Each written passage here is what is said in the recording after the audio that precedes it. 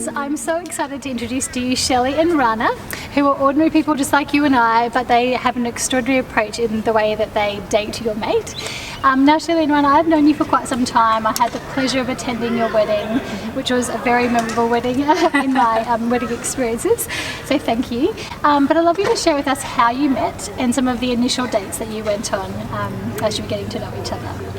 Okay, well, long story short, I guess I was in Sydney at the time, and I was a personal trainer, and I was lucky enough to own my own place, or at least be paying the bank back. Yeah. And I had a flatmate that was leaving, and I put an ad on to get another person to come in to help me pay rent, and it just so happened that Shell was needing somewhere to stay for placement while she was doing a physio training education, and she got in touch with me, and essentially that's what happened. I said to her, I don't have a space available, but if you need somewhere, I can maybe make the office available for you. And so because at first I didn't want to stay with anyone I didn't know, and I looked at other places around the area, but I couldn't find any, and then I found this person and I thought, okay, well, that's all right. And you still chose to live there? And I chose, but what he didn't know was, Mum and we did a little Google background search check to make sure he was A-okay. And a risk check analysis. Yes, and I didn't find anything dodgy, except for the Bollywood movie, but otherwise, so that's what happened. And then I stayed there, and we were just really good friends after. Yeah, we just became good friends. I think. And that's pretty much. And then I think it was Shell came back and visited Sydney, and I think the first couple of dates were pretty just casual. We went to Max Brenner was only one in Manly at the time in Sydney, so we had Max Brenner and but we were just good friends for a while. We kept in contact, and I think one time I was working back on the Gold Coast, and then Rana sends some flowers to my work, and I was like, oh, well, this is nice. And then my manager was like, oh, I think you might have a secret tomorrow. I was like, no chance. And she goes, well, no one sends me flowers. So that's why. That's very cool. Now, so you sort of were low key for a period of time, but once you started dating more seriously, would you say that you dated often, like at your initial stages? No, it was long distance for 8 months? Yeah, we did long distance for 8 months, and that was a good commitment, as well as I think it was really important that we got the opportunity to chat more on the phone, instead of just taking for granted that you can see each other really closely within 10 minutes. I think we actually spoke so much on the phone, hours, and got to know each other really, really well. And then when Rana could and I think we flew on weekends to see each other. So I think we were aiming at maybe every fortnight, every third week to kind of see each other, and then the rest was long distance on the phone. Wow, it's an amazing start.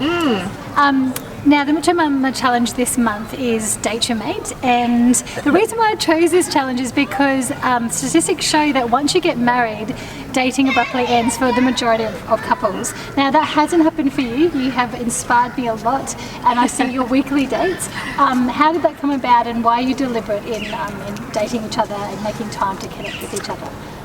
Well, I mean, I've been running my own business ever since Shell. Ever since you've known me, I've been either working long hours or when we moved up to Brisbane, I had my own business, and so I had a fitness business. So I'd get up every morning at about 3 o'clock, and then wouldn't get home till 7, and it wasn't conducive to a relationship that was, I guess, of any substance, because I'd come home, and I'd be asleep, and I think.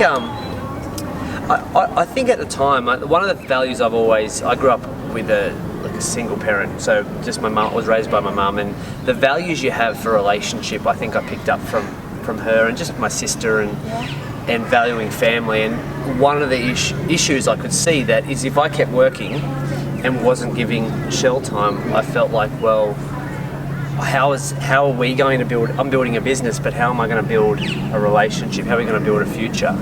And Shell's always been really supportive of me, from the start. She'd be helping at home, cooking lovely dinners. I mean, really, very lucky. I've seen these dinners; they were amazing. So I can't complain. I'm very lucky. And one of the things, and I don't think Shell meant it like this, but sometimes you hear things, and when you're in a personal training studio, you're always on. You know, you're on with people. Hey, how you going? How you going? And I'd come home and I'd be really wrecked. And Shell said, it wasn't a judgment or anything, but it was just like sometimes I feel like you give the best of you to your clients. But I think that's not. I think that was a really, for me, it was a really good wake-up call to say, it's so true. We give so much of ourselves to our, colleagues at work or, friends, clients, and then when you get home, it's easy to take the people who love you the most for granted. Totally. And so I think, but we always made it we always prioritised each other. We went away on weekends, and I knew that it was just good to have that time to connect and say, I can leave work aside for a bit, and we can just have our time. Yeah. And actually truly catch up without any interruptions. Because when I was working too, I think when Rana started his business, I was working as a new grad physio at the hospital, and I was also busy, and it was kind of like, we hardly see each other, and after dinner, we both get tired, and then we fall asleep, and then there was no real catch-up time. Yeah. So we kind of made it. It wasn't meant to be like a formal thing; it was informal, but we did it every weekends, Friday nights. That's awesome. I love it. Now, a lot of the Mucho Mama community, not all, but a lot of them are mums with young children. So sometimes finding the time to have a shower is an effort, let alone going out on a date. And sometimes, you're either saving for something, or you've gone down to one wage, or, finances can be tight. So inspire us, motivate us. What are the benefits of putting effort into creating that space and time? Because you can find every reason under the sun to not do that. Well, I think it's a kind of a complex answer, but to simplify it, I would look at, we don't have kids. So people we often get that, people go, it's easy when you don't have kids. There's always something making it easy. But I could even say the same thing, I don't have time to go out with my wife. I have a business. I've got 35 staff. So I can't do that. So we're just going to have to tough it out. And when the kids are older, or when the business is bigger, then we'll work on us. I think if it's all about values at the end of the day, and I've seen, certainly from a male perspective, like I've got friends who've got kids, and as soon as kids come into the picture, the kids get the best of the mum and the best of the dad, and then over time the parents become almost like they're like living together rather than or existing together rather than kind of creating something for each other. And kids are, I remember being a kid and being very perceptive to my environment, and kids can see mum and dad, that there's not much there. It's like a functional role rather than something that there's some love in that relationship. And I think if kids, like one thing Shell and I have always said is that at least we're creating a habit, that we are prioritising each other. And it doesn't have to be expensive, it doesn't have to be weekly, it could be monthly, and all you do is say, we're planning in advance that we're going to spend a night together. Like, surely if the couple breaks down, that would affect the kids. Like if anything happened between Shell and I, that would have a massive impact on my business.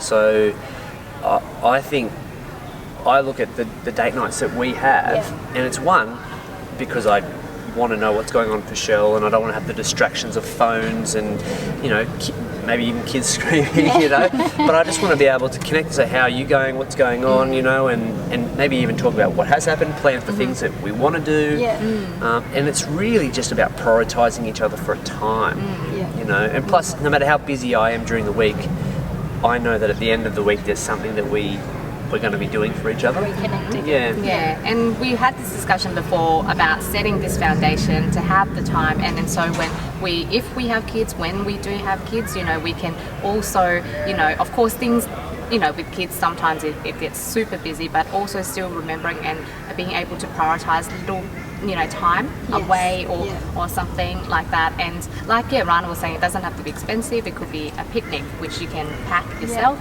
It could be just a simple movie if you can duck away for a little while. And I'm sure with lots of parents, it's very hard to sometimes get babysitters, but we're not talking about weekly, maybe even a month to plan that babysitter, even for a couple of hours of alone time, or even when the kids go to bed finally, then you can sit down with a nice cup of tea that you make for each other and just kind of make that effort to do something for each other as well. It feels like kids feels like it's a massive step, and it will be a lovely time.